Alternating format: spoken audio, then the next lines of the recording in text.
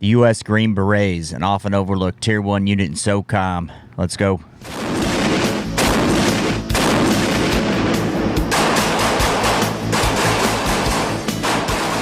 The Army calls them the tip of the spear.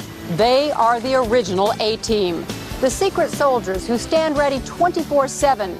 A lot of people really get confused about the Green Berets. They think of direct action missions, kicking indoor stuff, where these guys are trained to lead indigenous forces, do black on black stuff. Totally different mission set than, say, the SEALs or MARSOC. They are part of America's covert forces sent to gather intelligence.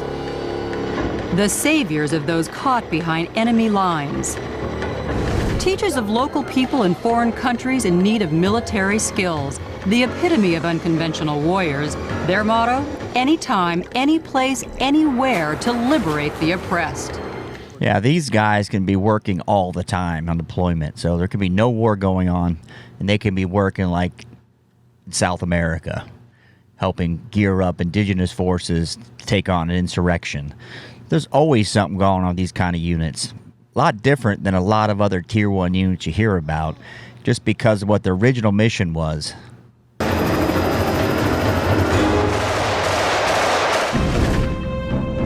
Fort Bragg, North Carolina. You have to have the ability to handle stress, both physical and mental. You have to be comfortable with ambiguity. You have to have a fair amount of self-confidence in your ability to do the right thing at the right time and make the proper decisions. Ambiguity, the ability to deal with ambiguity. In what way? It means not having to have people tell you what to do, the instinct, a large amount of often conflicting information, which happens quite often in deployment in a foreign country where you're dealing with different factions and arrive at ground truth.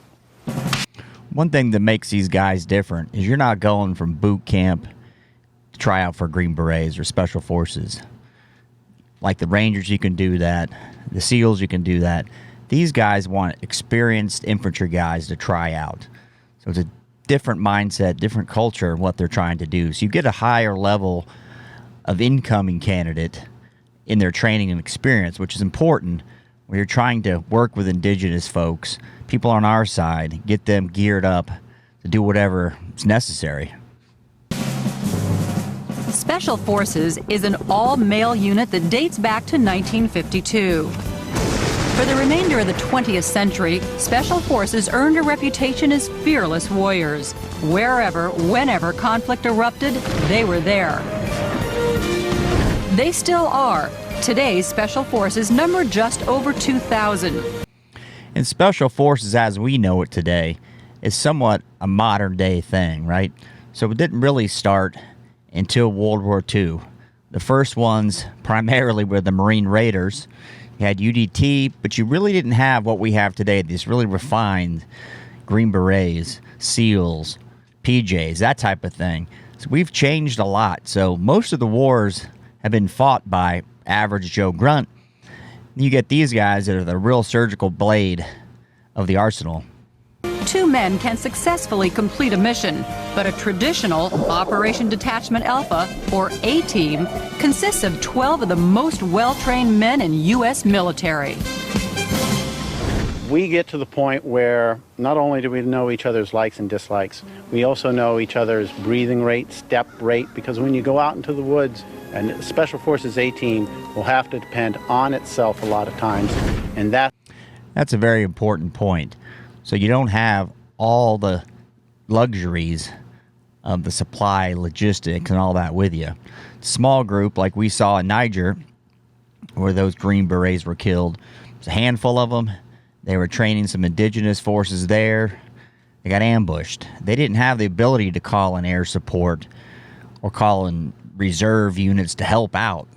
It's definitely a different mindset than what a lot of guys are used to in the infantry. Why a Special Forces team has to be so strong. Often Green Berets are the first ones into an area of conflict. Their invisibility is key to staying alive, so we can't show you some of their faces, but their words reveal why they are willing to do one of the most dangerous jobs in the military. In Special Forces, I'll get the opportunity to do things that most people only get to see in the movies or dream about. Many beginning of the selection process. This is Nasty Nick, the Army's most grueling obstacle course. To earn a Green Beret, a soldier must master this mile-long trail of terror. There are 30 different obstacles. Okay, now she's going a little overboard. It's an obstacle course that's long. Doesn't look any different than most. To travel long distances, move very fast, carry heavy loads. So ultimately, a guy's core makeup has to be strong. He has to be tough. He has to be committed. He has to be persistent at what he's doing. Everybody is afraid of something, whether it's going through a tunnel, going in the water, or being outside at night by yourself alone, dealing with the animals. We're all afraid of something. That's not what we're looking for. We're looking for the guy who can deal with his fears in a stressful situation. Everybody's got something, and hopefully it just bugs you. It doesn't take over your mind, right? Water's a big one. If you don't like heights, you're probably not coming to this. Like I said earlier, most of these guys are already experienced guys. They're not brand new out of boot camp. They've put some time in, and you know what you're getting. A soldier has already gone through basic training, graduated from airborne school, and served one full tour of duty. Less than half survived the grueling 23 days of physical and mental testing. And this is only phase 1. On any given day, there are 1,500 Special Forces soldiers deployed to as many as 50 countries. How they enter an area is represented on the patch they wear on their uniform. They plunge. They swim. Their pipeline is long, so depending on what you do, it can be up to 95 months, right? So in the Q course. So if you're some type of linguistics person, perhaps intelligence, some level of that will require further skills. It's a super long pipeline that you just don't see much of anymore, but the level of work they can do with 3 or 4 guys is such a high level that you don't think about with other Tier 1 units. Glide in under canopy over the bad country and land, and because we're such a small signature in the air, no one will know we're there. In a halo drop, Special Forces soldiers strap on large parachutes, weapons, oxygen tanks, and 130 pounds of gear. Then they plummet at speeds of 120 miles an hour. I often wonder how many times someone's actually jumped in on a Halo mission that was a combat-related jump. You hear about a lot of these things. Don't know how much it's used. If you guys know, put that in the comments. I've never heard of it. I hear about a lot of guys doing it in training. Don't know how useful it is in practical terms. A Special Forces A-team consists of 12 specialists. There's a captain, a warrant officer, a team sergeant, an intelligence sergeant, 2 medical sergeants, 2 engineering sergeants, 2 communications sergeants, 1 light and 1 heavy weapons sergeant. To purifying water, to finding food in the wild. If we'll actually go down here. The amount of field craft these guys get to do looks like a lot of fun, honestly. I've seen some of the SAS guys in the past. They get to do quite a bit of it as well, and they just know a great deal of information. And that's a great part about these Tier 1 units in SOCOM. They have a big budget, and so they get to do the fun stuff. Some of these things, the insects that you can ingest, are actually extremely high in a lot of vitamins, nutrients, and calories and those sorts of things. Protein even, right? These are worms that we've cooked up here that you can eat. Oh, we always hear about this. Generally, you want to break down your insects into hard-shelled and soft-shelled insects. So do all Special Forces? Survival school prepares them for the worst-case scenario when lost behind enemy lines. Boy, she likes lost behind enemy lines several times over and over and over. I guess that's the buzzword when she did this show.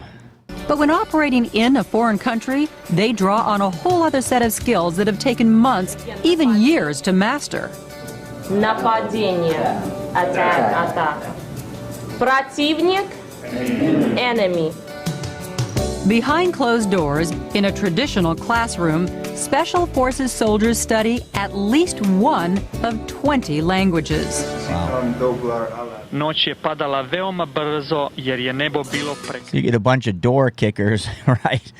Have to learn, in this case, Russian, it looks like. So they got to be some smart dudes. You can't have the total rocks going into this because these languages aren't easy. may learn Croatian. They call it a helo extraction, an emergency evacuation method, a flexible form of taking soldiers out of harm's way. It was developed over the jungles of Vietnam when helicopters unable to land had to quickly pluck soldiers from enemy territory. You guys ever done that?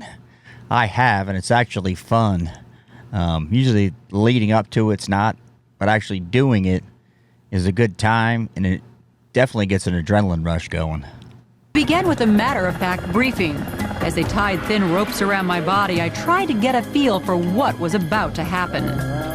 Once the helicopter lifts soldiers up off the ground, how high do you go? We hooked on first in the top position of the 5-man team. The rope, when taut, we lift. So if you've ever done parasailing, it's kind of like that. You know, obviously they're doing it during the day for this lady. Sure, it's not fun when you're doing it, getting extracted, but if you ever get a chance to do it, you should take yourself up on it.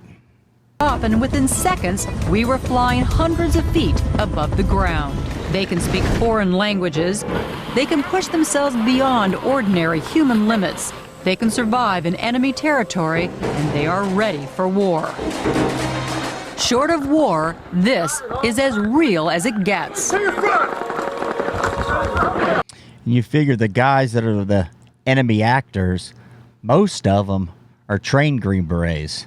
So they know all the tricks you're going to try to do, so it definitely makes it more difficult. I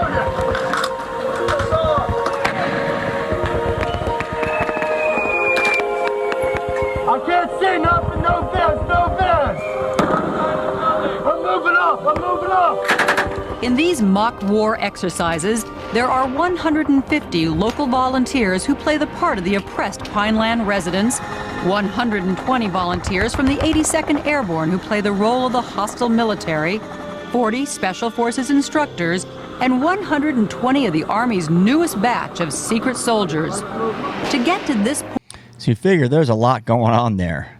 Several hundred people involved in this, trying to take back a position and then fight off the enemy. This is good stuff. I don't know how much you see in other Tier 1 units, this type of thing. Everyone's got the way they do it. But in the Green Berets, from talking to some fellas I know, they enjoyed this and thought that was very valuable. It is part in selection. it takes 2 difficult years of training. Those who have done it feel it was well worth the sacrifice. For here, weapons from all over the world are stored, cataloged, and repaired. It is arguably the largest cache of firearms anywhere in the world. Okay, Joan, this is a... And those guys got to be proficient with the weapons of the local area they're going to. So you could be AKs, we all know, and M4 platforms, but there's such a variety of stuff. How to fix them, make them operational, what ammo to acquire. So it's a lot of stuff, and most guys don't get exposed to, right? So definitely bravo to them for keeping this arsenal so they can learn about, hey, I'm going to Serbia. What kind of AKs, what kind of problems do we have?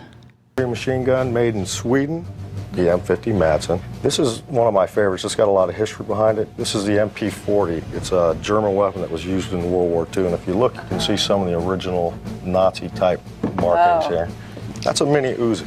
A mini Uzi. A mini Uzi. The reason for this stockpile of arms is for training. Green Beret soldiers are sent into countries to help local citizens whose weapons are often old, out of date, or unusual. Where are they used? So how many different weapons might a Special Forces soldier know about? There's quite a few. We learn approximately 53 different weapon systems, from the pistol all the way up to the heavy weapon anti-tank. Step 1, piling on 35 pounds of protective armor. Step 2, a couple of quick but extremely important instructions to remember during the operation. Plant, paste, and push. Like a sequence. Don't try to do it too quickly. Right. That's when you make mistakes? Exactly. Okay. Okay. Slow as... This is when you hope the guy next to you paid attention in training about how to deal with ordnance. These guys are all squared away, but you get to some of these training routines and they have the classroom time, the guy's sleeping. Concerns you a little bit. Smooth as fast. That's right. Step 3, a lesson in learning how to get into the most difficult areas using explosives. Okay, basically, this is an example of one firing system. Its generic name is shock tube. It's a system exactly like you're going to employ up there. Now, go ahead, hold it firmly in your hand. Okay, now pulling this left one first, grab it and give a good firm jerk. Go to the second. Wow. And there you go. All right. That's about the same amount of deck cord that you're going to have down there on the charges. Obtain some intelligence that they have. So that's the scenario. What we're going to do is Bravo team will move to the berm and they'll set up an overwatch position, providing security for us. So a big difference here is they just don't want to kill somebody. They can get anybody to do that in the military.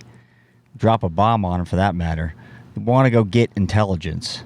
Capture ideally, bring back intelligence, because if they're dead, it doesn't do you any good. There's zero leverage on a dead bad guy. If they open fire, then we need to move with a purpose. Okay. Okay? Let's do it. My role during the exercise, to place the explosive in position and then detonate so we could enter the area. As we moved in, I kept thinking, real explosives, real bullets, real people. One mistake and a soldier could be injured, or worse, he could be killed. As I put the explosive on the door, the noise around me was deafening. That's definitely the part people miss. They play Call of Duty or they're playing airsoft. If they miss this part is the noise that goes on, especially once you enter the building. Outside the building, it's loud because you're not throwing on the high-end ear pro typically. Inside the building, concussion grenades, M4 rounds, 5.56 rounds going off. You get very loud, very fast. A lot of people just aren't used to that indoors element.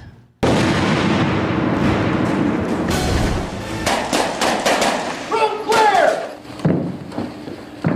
Go! March, watch back!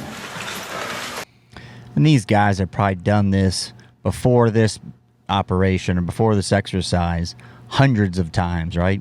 So they do it at boot camp probably, infantry training, when they're on at their first duty station. So this is kind of the bread and butter stuff that they're going to do with live rounds because they're competent with it. A lot of guys in the infantry may never do this after some training. They may never see a regular CQB exercise like these guys do in these Tier 1 units where they're doing it over and over, so they get good at it. Does anybody else have their heart beating? Every time. Yeah. Every time? Every Are you time. serious? Yeah. Especially when all the guns start going off. Is this normal all the time? Yeah. Did you even notice the weight, though, once the charge blew? No. You don't even notice it. Yeah, it's even more of adrenaline rush when you hear rounds being shot and you're not doing the shooting, right? She enjoyed that, the initial explosion and get the door off the hinges, they clearing the room, and it is an adrenaline rush. I think it's more of an adrenaline rush when you don't know what's on the other side of that door, and that's what she doesn't have. So that's the good part for her. When it was all over, I couldn't help but think that this was just a training exercise that happens on a regular basis. In Special Forces, they don't over-dramatize the danger or romanticize the job. You don't see a lot of Green Berets writing books, going on Fox News talking about their book. You don't see it. It's very refreshing. Hey, if you're new to the channel, thanks for stopping by. For my current subscribers, I appreciate you. Thanks for watching.